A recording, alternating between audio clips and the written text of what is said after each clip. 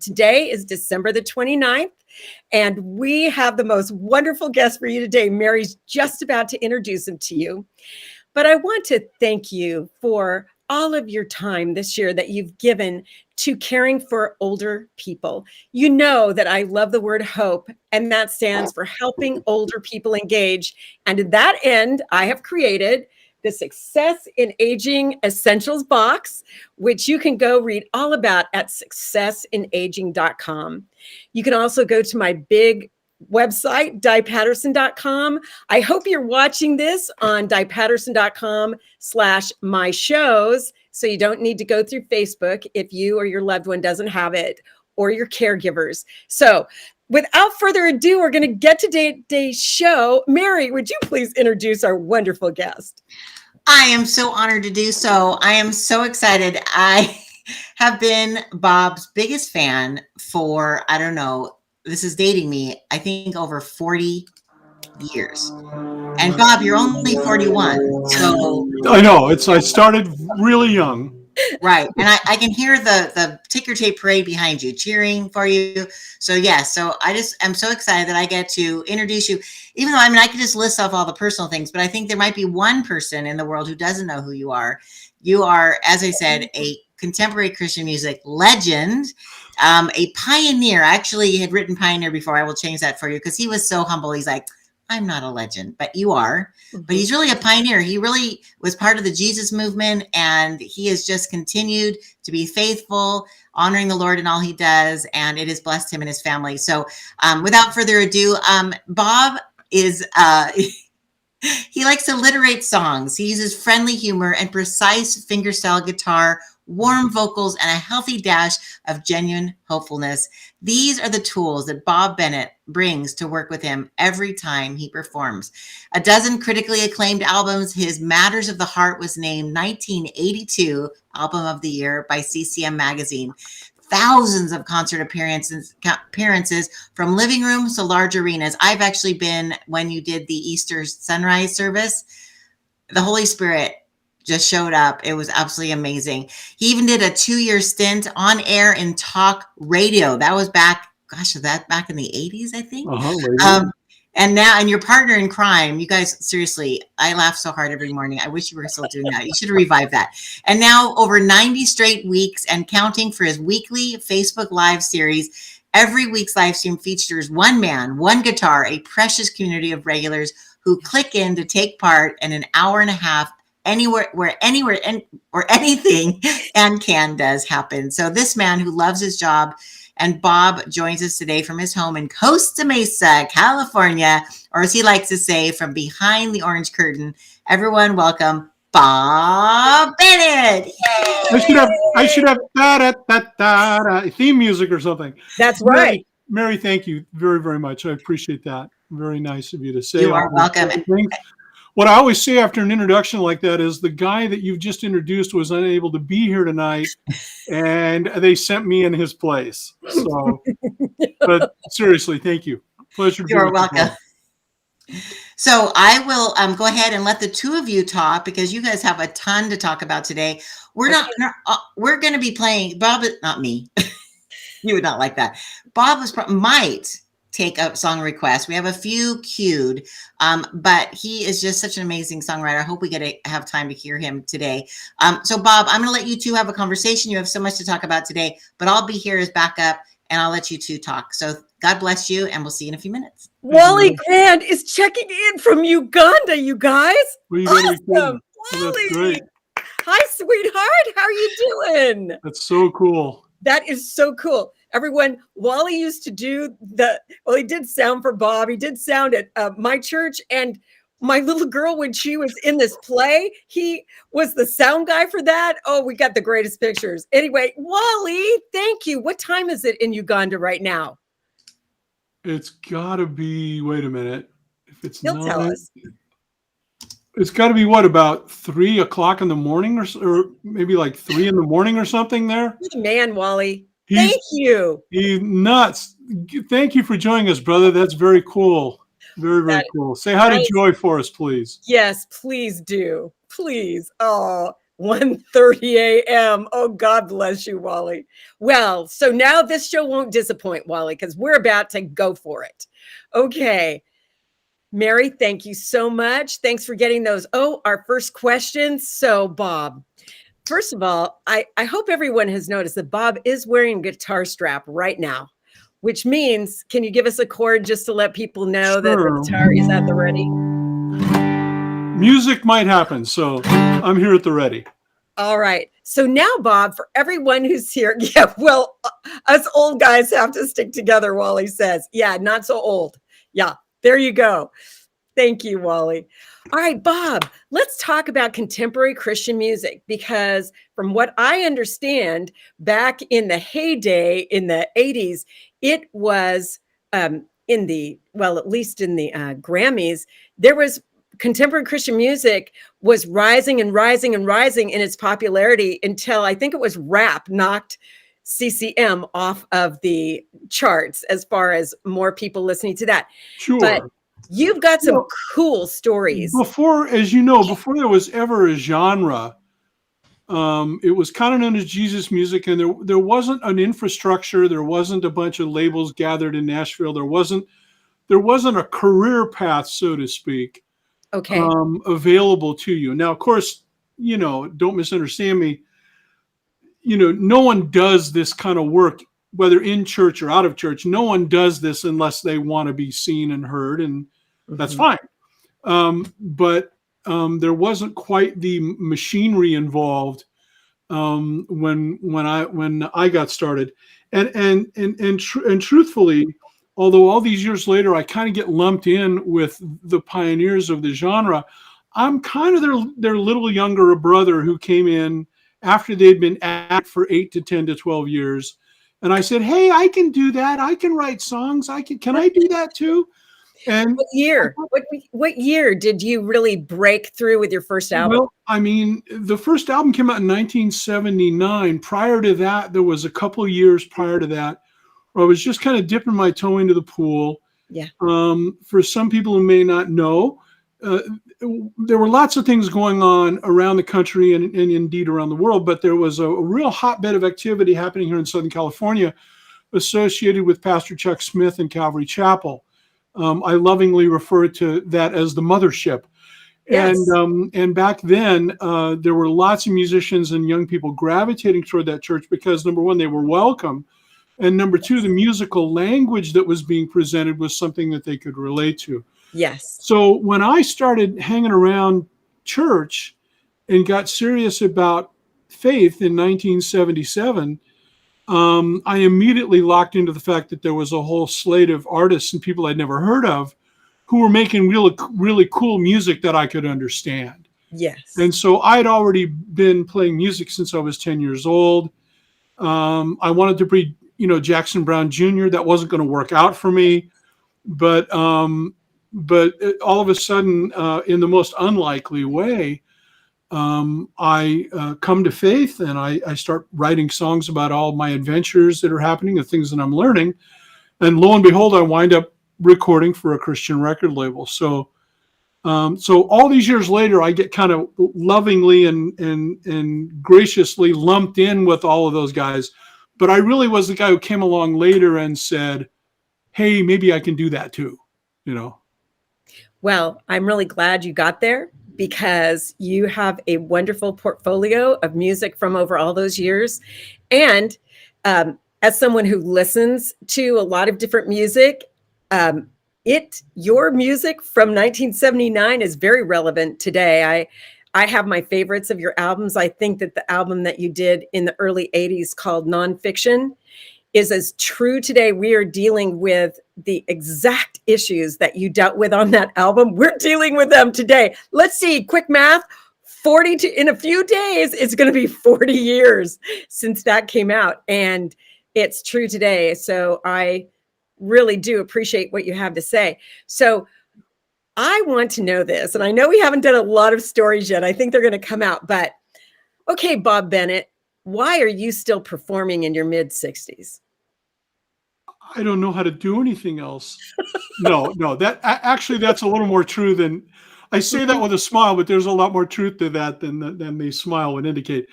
But the fact of the matter is, I just love my job. I mean, Okay. when I was 10 years old and just starting to play guitar and camped out next to the family record player, this is what I wanted to do. I knew from a very, very early age.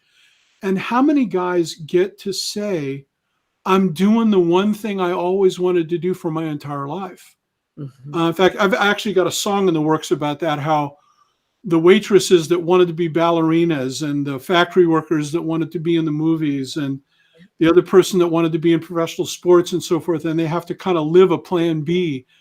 And that those are the real heroes in life, the people who don't get to do everything they want to do and yet keep faith with the Lord and keep faith with their families. It's easy to deal with getting what you want, but it's a little harder to operate in plan B. So I'm fortunate, though. I love my work to this day. Now I'm a terrible businessman, and anyone who knows me well can vouch for that. And I don't make excuses. I just don't have the acumen that some do. But once it gets to the moment where I've got a guitar in my hand and I'm singing and it's just me and whoever is listening, then it doesn't matter what the chart says, what the guy in the office in Nashville in the suit says. It doesn't matter. All of that stuff doesn't matter at all. You just get a chance to sing the songs. And so I've loved it all these years. So I'm just as grateful as I can be to still be at this. Well, I'm pretty jazzed you are. And hi, Ruth Trier. So good to see you. Oh, and your great grandbaby's face is so darling. And thanks, Mary. Yes. There's a ton of us who agree with that. I was just about to say that every single week since COVID lockdown happened, except for 1 week when Bob needed to take some personal time off, except he did do a concert on a Friday to make up for it. Saturday nights, 5 p.m., bobbennett.com. Bob Bennett, actually, it's his Facebook page. And Bob, I'm going to let you say all that so I don't mess it up. But he does a concert, guys, and it's an hour and a half long. Wally from Uganda's there a lot. He has about the same 60 people. It's so cool from all over the world. Scotland shows up. Bob has this great bagpipe song. I'm going to let you tell that, Bob, in a second. Oh my goodness, a bunch of studio cats that have played in his music before. Thank you, Mary. Facebook.com, Bob Bennett music page. I encourage you guys, set an alarm for Saturday at 5 p.m. You so will not be disappointed. It's a really wonderful community of people who, if you even say hello, you're going to get some likes or loves. It's very cool how welcoming people are. So, Bob, I was just about to ask you to play a song. But before you do, finish my little story a little bit tell us about this concert you do every single week. Well, the Reader's Digest answer is as follows. I had experimented with doing live streams on Facebook and a couple other platforms prior. But when COVID hit, and for me, it was like March 13, 14, I had like 3 gigs cancel in one day. Yep. And we got the 2 weeks to stop the spread message and all that kind of stuff. And this was brand new and it was really scary. It's still scary, but it's scary with 2 years worth of history instead of like, we have no idea what we're facing. Right. So I sat down on my birthday, on my 65th birthday, and I played for 3 hours and 45 minutes without taking a break. Now I don't want to put too fine a point on it here, but for you middle-aged men in the audience, we never sit down for 3 hours and 45 minutes uninterrupted during our waking hours, do we? And I did, and it was just amazing. And it was marvelous. And when I finished, I went and talked to my wife, Elena, and I said, there's a real good argument to make sure I don't wear out my welcome, and maybe I do this every 3 weeks or a month or whatever. But maybe there's an argument for me to just show up every week and see what happens. And I had some wonderful people who support me 1,000% and said, I don't know if you should do that every week thing, man. And I was as surprised as anybody that worked out. So yeah, we have basically with a wink, we have 3 categories of people. We've got welcome newcomers, We've got what I call blessed lurkers. Lurkers is internet slang for people who watch but never comment and make themselves known. And then we have what I call the comments community. And like the folks who are checking in right now on your show, Yep. we have people who come each week and say hello. But what's really fun, here's the best part. And you're part of that a lot. But what the best fun is people actually chat back and forth, check on each other. Hi, Diane, how you doing?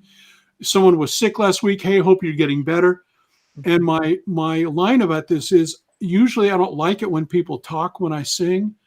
But when I'm doing a live stream and people are visiting in the comments, I'm just as happy a man as I can be. I feel like the luckiest host in town. I've laid out the table and I've got the best people around the table. It's just really good. So as we record this, I am headed for week number 93 out of the last 94 weeks. I've been able to do this. Yeah. And it's just a wonderful thing. It is a wonderful thing, Bob. And, you know, I'm all about fighting isolation. That's why I did these boxes, basically something showing up at your door. That's really good for seniors and their caregivers. But what you're doing is you show up every single week. You are bringing comfort to more people than you know, because as a fan, I understand what it's like to hear the music that I love. But for it to be live, anything can happen. There are times when Bob breaks into laughter while he's playing. I have not yet seen his capo fly off, but my guess is he's lost a pick or two. and the people who've been around for a while, they're on a mission to make me crack up during songs, and sometimes they do. Oh, yes. Sometimes I'll be right in the middle of a semi-serious song, and somebody types something, and that's it. I totally lose it. A few weeks ago, everybody, he had people speaking in German, back and forth to each other. French. We had a lot of French going on. We had Scottish. Oh my gosh. Wally, for me, you bring a little bit of home and memories. Yes. Thank you for your work as a missionary, Wally. Thank you so much. Kiss joy for us. It's like, you guys, wow. We're so impressed. Well, and as you've mentioned, I have such a personal history with Wally. It's just a pleasure to see his name crop up. Yes. And we've had some adventures together, have we not? Yes. So I do believe also that before we get into the house call concerts, I want my listeners to hear what a house call concert from Bob would kind of sound like. So I asked him, everybody, I picked some of my favorite songs, and then he has some favorite songs. I'd like to end today with a very, very cool Christmas carol that is different from anything you've ever heard. But that's not yet. So, Bob, what do you want to play for us first? We talked about a song that grandparents could really relate to. We've talked about one that personally I know you made it to the second round of the Grammys with this song back in the early 80s. But what would you like to play for us? Let me see. I was actually dialed up for the one that you want to end with, so give me just a second to retune here. Okay. Yes, everyone. Kind of a fun thing. Bob does not read music. So everything that you hear, everything that he's written, he does not read music. Well, it's the old joke of how do you make a guitar player quiet down? Answer, put a chart in front of him. And I am that man. So I will let Bob introduce this. Okay, so this is a song that I wrote for my three kids when I was a young musician, young man, young dad. I would be out on the road, usually traveling in another state somewhere, and away from them. And I would always feel that most acutely at the nighttime. So I wrote this little lullaby.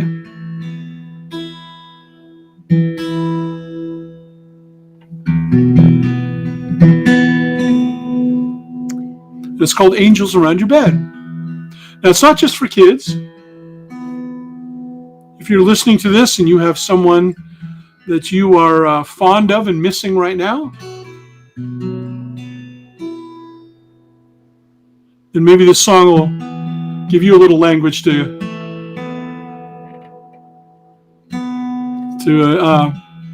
express how you feel.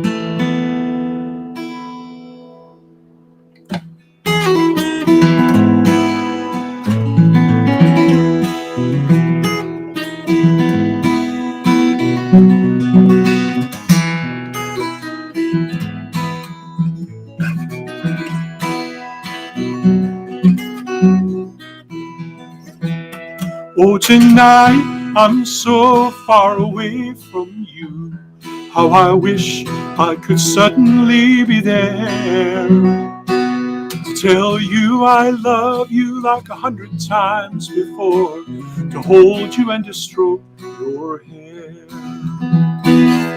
But I'm in another time zone altogether, where sleep is not easily found, and a split-second prayer escapes into the air, and I pray as you lay your body down. There'd be angels around your bed, little darling, angels around your bed. You'll be safe from harm at the dying of the day, with angels around your bed.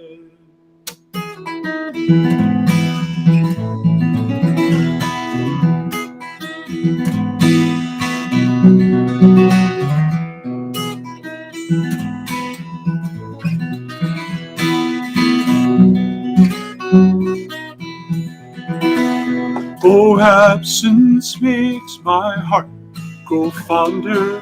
When you're out of sight, I'm out of my mind. If you could see everything around you, I wonder, would you be surprised to find there are angels around your bed, little darling, angels around your bed, laughing and singing, joyful as you're sleeping, angels around your bed.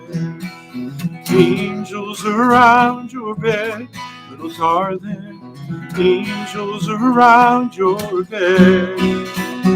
Surely the Lord can spare a few extra angels around your bed. Angels around your bed. Oh, angels around your bed.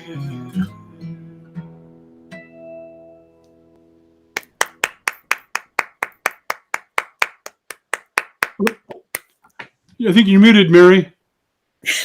Oh, you're. Thank you, honey.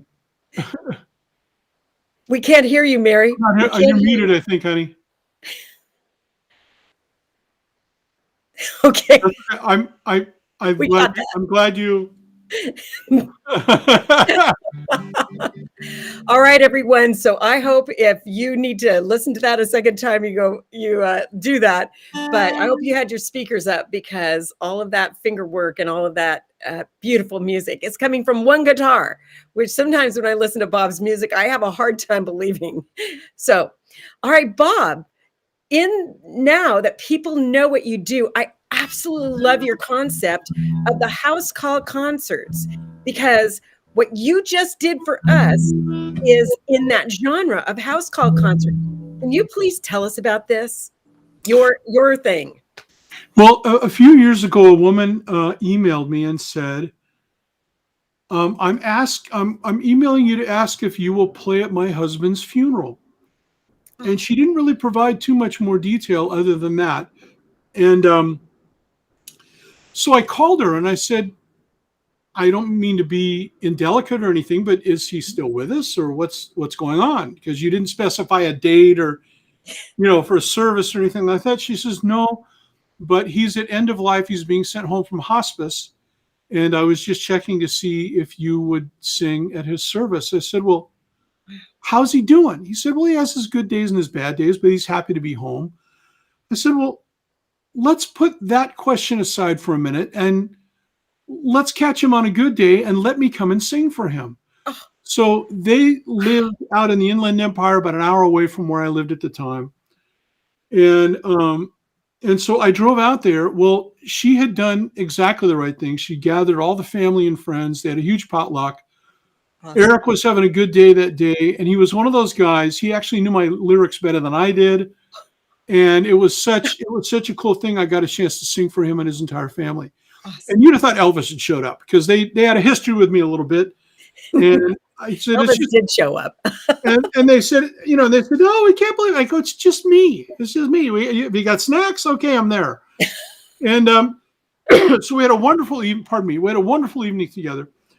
Well, that put me in mind that as I get older, and that my audience is aging with me, and Yes. we're going to be facing things that we don't like to talk about, but it's going to be happening.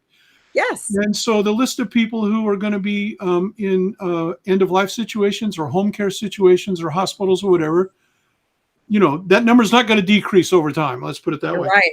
You're right. Pardon me so much. Sure. Hey, Anyway, don't so I decided that what I would do is put out the word that if you can get me to a particular area, I will come and sing. Or if I'm already in the area and I've got a day off, I'm already in St. Louis and you have somebody who I can go sing for, we'll just go do it. I haven't done very many lately with COVID and all that, but I must say I've done probably about 6 or 7 of them. Not as many as I would like to do. I'd like to be a lot busier, but I've done 6 or 7. The best story is I was on Long Island and I had done a couple concerts. And I was due to stay on the East Coast for concerts the next weekend in the Boston area, which I hadn't been to New England forever and a day. Okay. But I had an entire week off. Oh, wow. And a guy contacted me here in Southern California and said, I have a real dear friend in Chicago.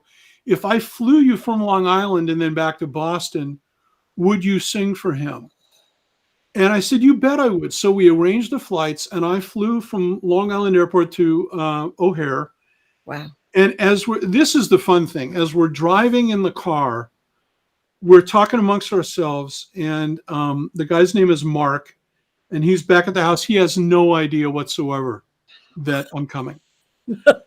And the night before, his family is gathered around his bed, and his son, who is a worship leader, is singing songs, and everybody in the room knows I'm coming but Mark. And after they sing for a while, Mark says, boy, it'd be really cool if somebody knew some Bob Bennett songs.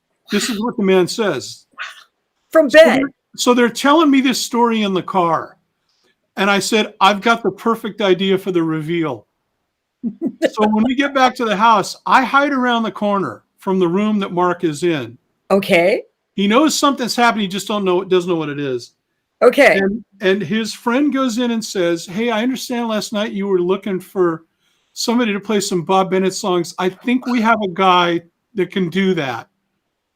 And I stepped around the corner, and it was just as marvelous as it sounds. It was so great. And of course, he starts crying. I start crying. I got to compose myself, just to play the songs. And so I played for like an hour and a half for Mark. Wow. And it's actually memorialized on a DVD that I have at home. Yes. And Awesome. one of those precious memories, because Diane, as you gather from the work that you do, on paper, I'm the guy that's supposed to be doing the special thing, but what really happens is that I wind up getting the blessing. I'm treading on holy ground when those moments happen. Right. I'm the guy who gets to step out of his regular, I've got troubles, I forgot to take out the trash existence, which is what it happens all the other hours when I'm not doing something like this.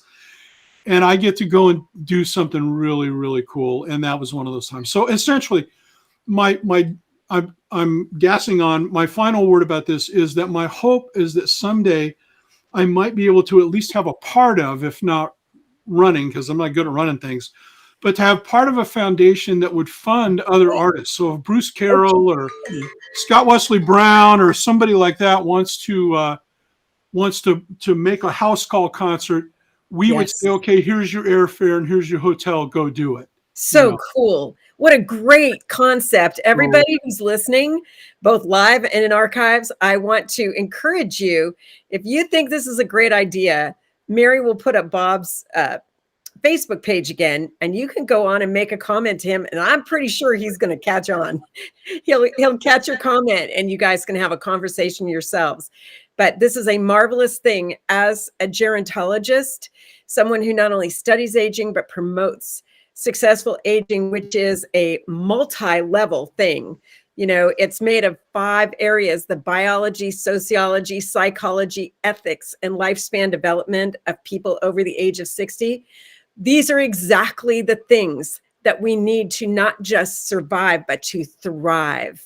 And again, that's why I'm so excited Bob could be here today, because he's doing this live every single Saturday. And if it's not Saturday, he lets you know he's got a gig, he'll be there Sunday, or he's got a gig and he'll be there Friday. And what's so marvelous about this is you get so deeply encouraged, and you hear music that, you know, Bob opened for Amy Grant in the 80s. That was a beautiful thing. And he was you one mean guy what I jokingly call the Bob Bennett Get Off the Stage tour?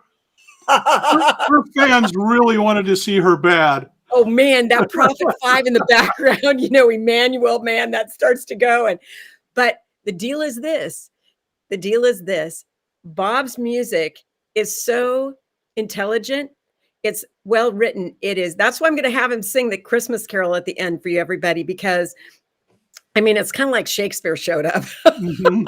And I know that seems, but Bob also has connections to like the man who will soon become the poet laureate of England. They talk every couple of weeks. We have our prayers crossed on that. That's right. We have seen such wonderful things over this 45 years that Bob has been doing this. That, oh yes, Mary says, Amy Grant loved you. You blessed her concerts by opening for her. Well, absolutely. She was wonderful to me. She Yes. And her husband at the time, Gary Chapman, who I'm still in more contact with. He's a wonderful man. Yep. They were so nice to me. Yes.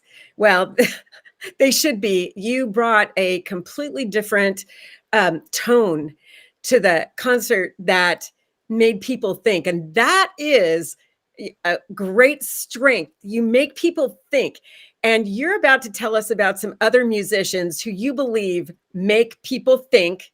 Also, too, I know that because some of your studio cats from your albums show up on Saturday to your Saturday concerts. They have seen it all. They've seen when people are brats, as I like to say. They've seen good, bad, sad, and glad. And when you've seen those, it runs the gamut. Yeah. So anyway, let's talk about some other great musicians and recording artists that you admire, because quite frankly, you have great taste. Well, before I was ever making music as a kid, I was a fan, and I continue to be a grateful listener to music. I would rather listen to music than do almost anything else. If I'm listening to music while eating great Mexican food, that's like the jackpot. But that's a whole nother story. So I have a long list of people for various reasons that I love, but a few that I'm going to mention today that hopefully, if your audience has not heard them, they might be willing to check them out, and they can thank me later. There's a dear friend of mine in Winnipeg, Manitoba, Canada, named Steve Bell. Oh. And Steve is a wonderful artist and recording artist and songwriter. And he's one of those guys that I go to when I really want to hear it straight and I want to hear great encouragement. Yes. And so he's, Steve Bell is absolutely one of my highest recommendations.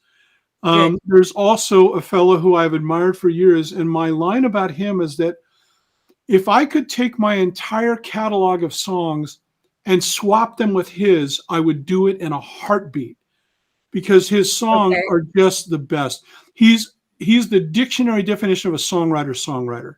Okay. His name is Pierce Pettis, Pettis. Yes. He's written so many great songs. I think it was Sarah Groves that may have done a version of his song "God Believes in You" that's so great. But he's got so many other songs. Garth Brooks covered one of his tunes years ago. He's got a song about Mary called Miriam that I think should be required listening no matter what denomination you are. Wow. But Pierce's music is, you'll be well worth checking out anything that he does. Okay. Then I have a couple fellas. One is my brother from another mother, a guy named Bruce Carroll. Yay! Who I've known for many, many years. Bruce is a Grammy-winning artist and recording artist and consummate songwriter. we did some touring many, many years ago, along with a guy named Billy Sprague, and a friend of ours said, "Oh, we should just call you the Killer Bees," because Rock it was on. Bob, Bruce, and Billy. Yep. So we became the Killer Bees. It stuck. I know it sounds goofy. Oh, And we did Goofy is so good. Come a lot on. of touring and stuff. And Bruce is just a consummate gentleman and a wonderful artist. Yes. Now the other fellow is really, honestly, one of this deserves the legend moniker, Okay. because he was inventing this thing. I was selling his albums in the I worked in a record store when I was a young man, and I was selling his albums in that store. Okay. Scott Wesley Brown. Oh, yes. You may remember his song, I'm Not Religious, or his album, I'm Not Religious, I Just Love the Lord. Yeah. He has so many classic songs over there. And he's now, Billy has been doing some other things. So he's the third Killer Bee now. Oh, It's Bruce, Bob, and Scott Wesley Brown. okay. And so check him out. He continues to do great work at the moment. Yes, he does. He's working with my friend and your friend, John Colomb, at the Legacy Coalition, which is a grandparenting ministry Yep. about intentional grandparenting. And Scott is playing a huge role in that work right now as well. So And glad. finally, lest you think that I only listen to males, one of the finest artists and songwriters I know of is Carolyn Ahrens. Oh, Carol yes. lives up in Vancouver, BC. She and her husband Mark and their kids. Yep. And this is a real inside baseball thing to say, but if you're a church person and you read a lot, I say it like this. It's very irreverent but heartfelt. That if Frederick Buechner were a Canadian chick, he'd be Carolyn Ahrens, because Carolyn Ahrens is one of the smartest and most insightful people I know. She works for a group called Renovare. And also, in addition to her musical work, and she is just wonderful, and doing podcasting and so forth as well. So she would be absolutely worth checking out. So those are just a few suggestions that may get folks in touch with some things that I hope they'll like. Well, thank you so much. I keep Carolyn Ahrens queued up, and every time she starts to sing, I think it's Amy Grant. And then I say, Amy didn't do that song. And she has a new song that's a duet with Amy Grant. Oh my. And I think it's called Without a Song, or I think the song is called Without a Song. Forgive me if I'm quoting that incorrectly. But you can find it on YouTube or find it on, I listened to it on Spotify just a few hours ago. She just did a duet on her new album, Recognition. She did a duet with Amy. So it's really cool. Yes, Ruth, you're right. These were all great suggestions. And just everybody, to let you know, I start my day listening to Steve Bell. And I play a lot of his music because Bob's right. It is wonderful. And many of us, Bob fans, are hoping that he records. He's already recorded one of Steve's that I love very much. I think it's Birth of a Song. Is that right, Bob? Yep. That's beautiful. And that's a wonderful. That's just one wonderful song. So anyway, you have another song you can play for us right now? Sure. You want me to go ahead and do the Carol of the Moon and Stars, or would you rather hear the Lorica that I think you might be referring to? Mm-hmm. I would like to hear the Lorica. Okay. Absolutely. Because it's so, and tell them where it came from. I mean, everybody, I'm an Irish girl. And Bob is about to tell the story where the words to this song come from. Okay, to make a long story slightly long, my producer is a fellow named Roy Salmond, who also lives in the greater Vancouver area in Surrey, BC. And his wife, Gail, is a musician in her own right. She has her own album out that he produced years ago. And there is a long text called St. Patrick's Breastplate. And you may have run across some of this text if you've done any hymn singing. May have heard it reading in church. Oops, sorry about that. I set alarms because I thought I was going to be done. We were a little late getting on, and I set alarms to do things after I was done. Note to self, don't do that again. Okay. Oh, I think your alarm, that's a great little bell. Hey, I set an alarm to take my tea bag out of the cup so I don't I set alarms that say, be sure to set the alarm. I mean, that's where I'm at now. Yep, got it. So anyway, it's the text is called St. Patrick's Breastplate. And if you were to Google that or go look it up, you can find it. But Gail, his wife, wrote the most joyful melody Yes. that also adapted the words. And so the song is called the Lorica because Lorica is the Latin word for shield. And Yes. and so this is one of the most joyful songs that I know. And I think I want to say maybe 12 weeks into my live stream series, this became the closer from then on in. We always sing this song at the end of my time with my live stream peeps. Yep. I just called them peeps. Sorry. That's okay. So anyway, this is how it goes. Turn up your speakers, everyone. You're going to want to hear this.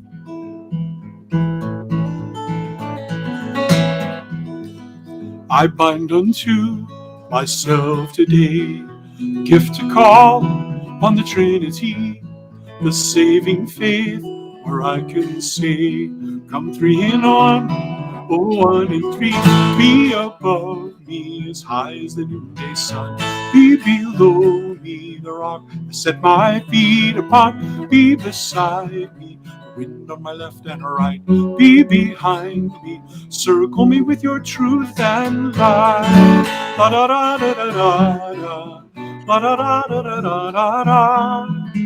I bind unto myself today the love of angels and seraphim, the prayers and prophecies of saints, the words and deeds of righteous men, be above me as high as the noonday sun, be below me the rock I set my feet upon, be beside me the wind on my left and right, be behind me, circle me with your truth and light. La da da da da da da, la da da da da da da. God's ear to hear me, God's hand to guide me, God's might to uphold me, God's shield to hide me against all powers deceiving, against my own unbelieving, whether near or far.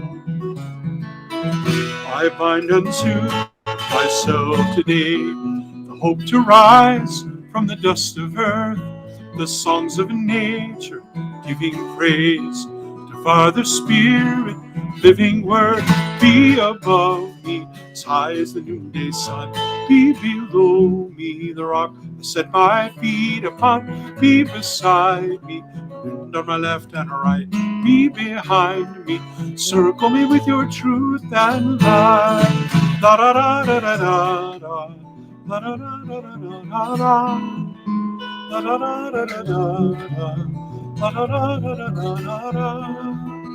I bind unto myself today the gift to call on the Trinity.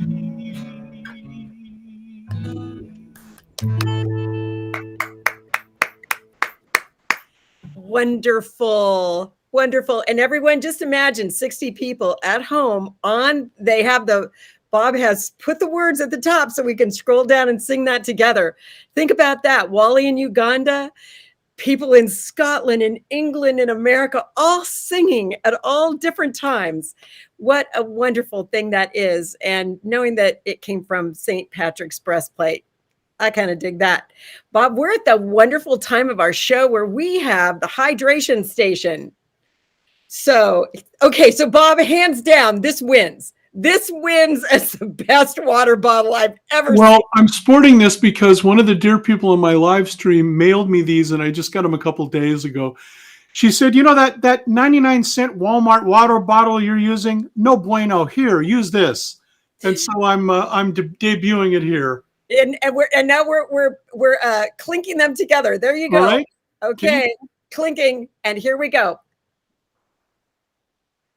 I did that right then for Bob because, of course, he's now sung to us twice, and I think the voice could take a little bit of water. Always making sure it goes down the correct pipe. There we go. And but you know, on this show, everyone, we believe in 15 sips of water a day because social isolation for a person over 65 is like smoking 15 cigarettes a day. That's how bad it is for your health. So we encourage everyone to get a glass of water and call someone that you might think is a little isolated or just need some friend time on the phone and have a glass of water with them. It's so important. You're fighting isolation. You're doing way more good than you know. And when they tell you what's on their heart or on their mind, y'all can have a good talk and comfort will ensue. And that's a very good thing. So you mean to tell me that you're talking about cool, clear water? Good one, Bob. That is great. Thank you. Yes. Yes. You know, Mr. Low-hanging fruit in the humor department. Thank you very much. I can dig it. There you go. Okay, yes, please call a friend and enjoy a drink. Make sure to get plenty of water in on that drink, though. And as one of my darling sons said to me on Christmas Eve, now, Mom, make sure you're drinking more water than anything else tonight. He must watch my show too. There you go. Okay, so we've come to a place that I feel like maybe one of our topics I'd like to look back on, and that is, would you please tell everyone, now that you have given us the example of what contemporary Christian music is, some people call it CCM for short, Yep. but can you kind of give us a quick history of contemporary Christian music, starting at a very important time in the last 50 years in our country? Well, there are so many strands that come together at the beginning that it's hard to pin down like one definitive place or person. But there's a pretty broad cast of characters. There are actually people who know a lot more about this than I do. So I don't mean to deflect, but I can give you sort of a thumbnail sketch. Okay. It's arguable among people who know all the details as to whether or not John Fisher or Larry Norman might have made the watershed record of something that we later called Jesus music or contemporary Christian music. Larry Norman certainly had the huge influence and has the far-reaching that, but I'd argue that John Fisher may have gotten there a bit earlier. And he's still doing great work as well, hosting a weekly online church service on Facebook, and has a ministry called The Catch, which I highly recommend you. But anyway, I do too, everyone. So there were lots of groups that were starting. Karen Lafferty. Seek ye first the kingdom of God. One of my heroes of the faith, good friend. So there was a whole cast of people, and again, they were singing the gospel in their own language. And what happened is that slowly but surely, young people were resonating with the music. Yes. And as unsophisticated as it all was, and maybe not every doctrinal I was dotted and T was crossed. It takes time for us to learn. Yes, it does. What the truths are and what the non-negotiables of the faith might be. What the character of a Christian is, how we're supposed to behave ourselves. It takes a little big stuff. You may make a decision to do that. It still takes a little bit of time, a lifetime, I would argue, to sort of grow into the garment that he hands us to wear. But so, and then eventually recordings came out, and that spread the influence far and wide. Remember, you have to remember way back in the old days, many will remember, no cell phones, no internet, no nothing. That's right. It was like you show up in person or it sits on a turntable, and that's kind of it. Yeah. That's all there really was. Yeah. And but we treated those things, I mean, we relentlessly went out and saw concerts and saw live music. Yes. And back in the day when albums came out, it was an event. You'd call your friends over and you'd sit down and you'd listen to the whole thing front to back. That's right. It was, I want to hear what they're writing about and they're saying. So there's a wonderful project that a fellow, and his name is escaping me, did at Wheaton, that is basically doing the oral history of Jesus music and CCM. They did a big long thing with me, I'm thankful to say, but almost anybody you could think of who is still around that was there. Yes. is part of that. And then, of course, the Jesus music movie that both Michael W. Smith and Amy Grant co-produced. I have not seen it yet, but I've heard lots about it. And that tells some of the later story as well as we graduate into the 80s and into the 90s and so forth. So, yes. Anyway, so that's what little bit I think I know about it. And there's a whole lot more to know. Well, I can say from my study of it over the years that and coming from a woman's perspective, because there were a lot of women in contemporary Christian music. And I know many of them have been your friends, Twyla Paris and Honey Tree and Karen Lafferty, as you said. Yes, there's great. But I will say that in the top 5 women songwriters in the history of the Grammy Association, one of those top 5 really was I would say, the grandmother of contemporary Christian music, and that's Gloria Gaither. That's exactly right. Those guys had set the stage for this to happen. Yes, and they were, and let's face it, when you think about Nashville, lots of people think about Hee Haw. They think about the old Grand Ole Opry, which on the West Coast, we don't understand many of the cultural music of the Midwest, especially of the Southern Midwest, and that's where Nashville is. On the West Coast, many places do not understand the cultural both significance and language of those years. The way I would put it is this. I had that typical, like, I'm from there was a time when California was kind of the bellwether state in a good way. I don't think that's the case anymore. But you're kind of right. People had a particular image of what the South is like, or what the music is like, or whatever, and it's almost completely wrong-headed, by the way. Yeah. But when you go to Nashville, I found out after visiting Nashville as a music guy in a music town, yes, that town is much more eclectic and hip than 5 other coastal, cities put together. Mm-hmm. I mean, obviously New York has its storied history with jazz, and the West Coast with the West Coast sound, and Laurel Canyon and all that stuff. I'm not discounting any of that, but if you're going back to, Nashville or places in the southern part of the United States and thinking that you're going to Hickville, oh, I'm sorry, that's just not the case. Nuh-uh. And they have I think, a healthier, a broad spectrum of listening and appreciation. So the same guys that can strap on an electric guitar and do a screaming solo know Hank Williams backwards and forwards. They know their elders in the musical genres. Yes, that they listen to much more than some of us do. That's one of the things I love about CCM music, contemporary Christian music, and that is it's like sitting on top of an iceberg. I mean, what you don't see under the water of an iceberg. I mean, it took down the Titanic, the unsinkable ship. Music. Yeah, I'm sorry. I'm laughing at the ship going down. That's right. I'm sorry. I was just. What's her name? Yeah, that's right. With Leonardo. I didn't see that. I didn't see that one coming, and of course, neither did they. Thank you. Good night, everybody. Good night. Great being with you. Great being with you all. Okay, go ahead. I'm sorry. That last song, I'm going to get out of you. But the thing about contemporary Christian music, although it has a very rich 50-year past from Mary had put up a question earlier, was that the Jesus movement that really started in Huntington Beach as Papa Chuck Smith and lots of other pastors who I can't name right now, but they were baptizing thousands of kids and middle-aged people and grandparents and children, thousands every weekend, because when the Jesus movement hit Southern California, hit Orange County specifically, people just in droves went to hear Calvary Chapel. Costa Mesa started in a tent because that's how many kids would come to listen to the music. And then they'd turn up on Saturday nights, and it was like Love Song, who kind of helped invent the whole deal. That's right. And there is a movie, everybody, coming out about Love Song. And I encourage you to support that in every way. I don't know the website right now, but you can just Google Love Song movie and you're going to see they're working on editing it right now, and they could use people's financial support.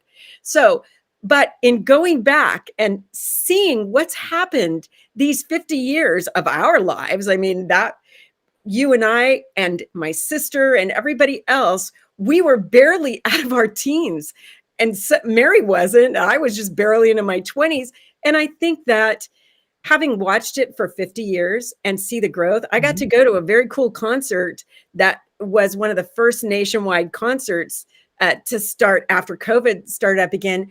And to see what contemporary Christian music has become and its popularity. And not only that, the depth and breadth of being able to teach people the word of God through music and to have people truly inspired. This concert not only was wonderful vocally and musically, but they spent, as I call a halftime, they spent their break asking people to support children in other countries through like World Vision and Compassion International and, those things. So I just see so much positive forward motion with contemporary Christian music. It's not done, and it has new faces all the time. But I really thank you, Bob, for being here to be one of the older faces, as you would say. I wouldn't say that, but you're one of the let's face the facts here. you're one of the guys we still count on. I love the word still because it means we're here, we're doing what we can do, and that is a big deal. And Karen, you say you came to Christ in 2008. You missed a lot of great music. Well, wonderful woman. All you have to do is Google some of it or go to Bob's website or Facebook. Anything that's there is really good music. So anyway, thank you, Bob. I'm going to ask you to end with one of your most priceless songs, in my estimation. It's on your Christmas album, which everyone is called Christmas Tide. It's one word. And instead of time, it's tide. And that it comes from an Anglican background. And I'd like Bob to tell us about that in his introduction. But this song in particular, to every generation. And I know there are many older adults who would love to hear the song. So Bob, would you please introduce your marvelous song? And that is Carol of the Moon and Stars. All right. Well, as you mentioned, Christmastide on the traditional church calendar, Christmas in the West, and it's different in the East for Eastern Orthodox, but in the West, it's celebrated from Christmas Day to Epiphany, which is January 6th. So if you keep the 12 days of Christmas, then you've got a sort of a secret cadre of Christians walking around saying, Merry Christmas, Merry Christmas, when everyone's taking the trees down and getting ready to party down on New Year's Eve. So it's really kind of a neat thing because after all of the craziness is past, we're still celebrating and gift giving and remembering. So it's a wonderful thing to take up if you're inclined, and if you're not, no harm, no foul. But Carol of the Moon and Stars is a song. Excuse me, I'm gonna take a drink of water before I sing. Okay, I'll join you. Because we hydrate around here, I think you know. And so this song came to me. I was in a hotel in Redlands, California, and I woke up way too early on a Sunday morning. I was supposed to play at 3 services. Wow. And this song just started coming to me. Not like I'm taking dictation, but it just started coming really fast. And by the time the 3rd service was done, the song was done. I was working on it between the services. Wow. And so cool. So Carol of the Moon and Stars. Pardon me.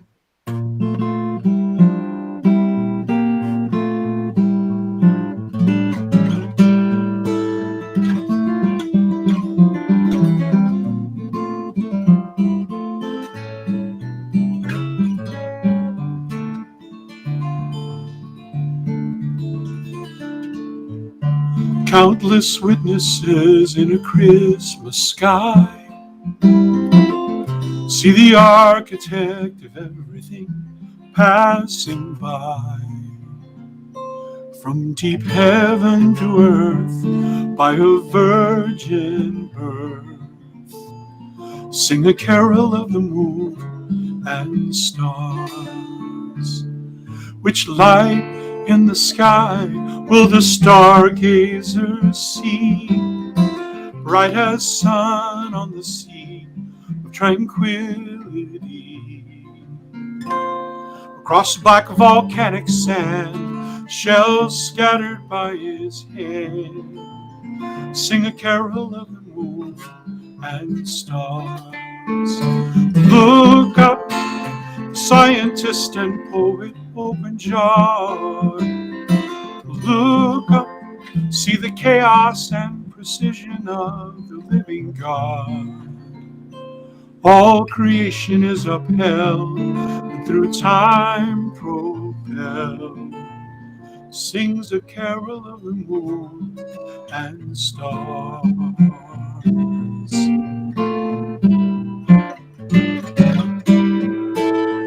Oh,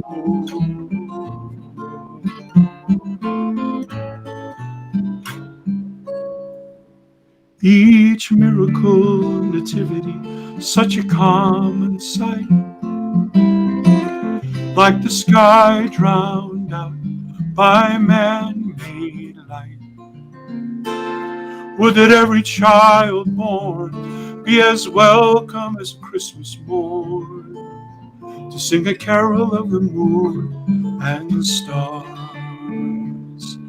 O God, it is my blessing and my constant curse to live as though I am my own universe.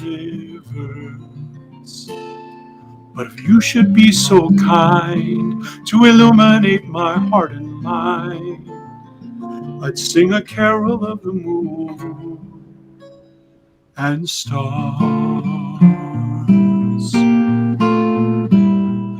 A carol of the moon and stars.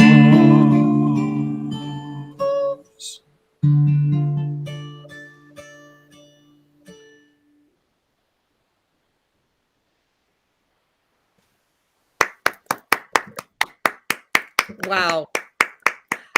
Wow. Yes. Your music is soothing to the soul, as Mary says. And we appreciate you so much bringing us this music today, Bob.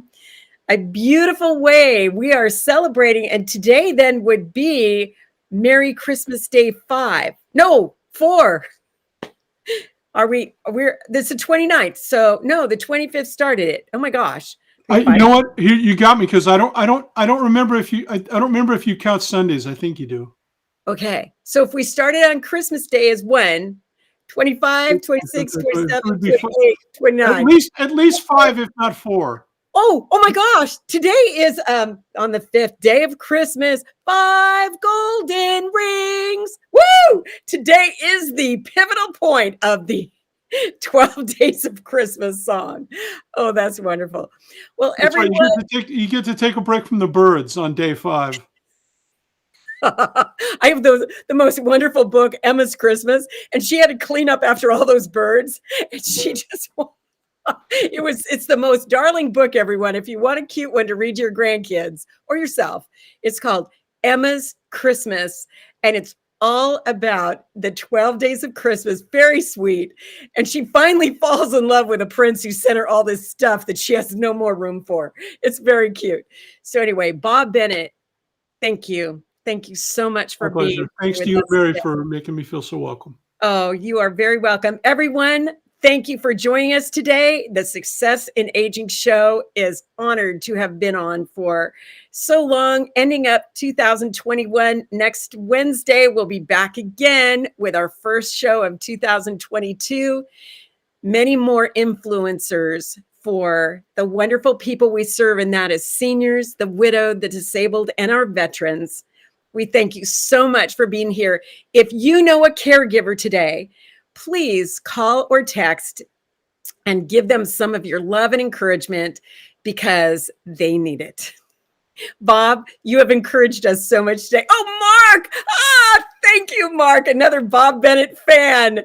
Oh, no, you haven't missed it. Just so it'll be on in the archives really soon, both at the FaceTime site and diepatterson.com/my shows. Oh, Mark, another wonderful songwriter and fellow widow. Thank you, Mark, for coming on. Truly appreciate it. Okay, Bob, anything last comment you want to make? Thank you so much for having me, and remember to hydrate. Thanks, Bob. Bye, everyone. We love you. Bye.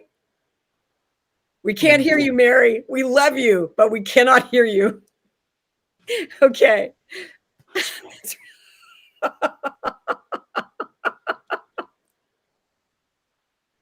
We look nuts. We do. That's okay. We deserve it. We've lasted this long. We deserve it. Thank you, Wally. Thank you so much. You are just, our heart is with you. Thank you, Ruthie. So glad you're here. Happy New Year to you too. And Karen, if you're still on, love you, kid. Thank you so much for being with us today, and everyone else who joins us later. Thank you. All right. Bob Bennett, singer-songwriter, contemporary Christian music pioneer. Rock on.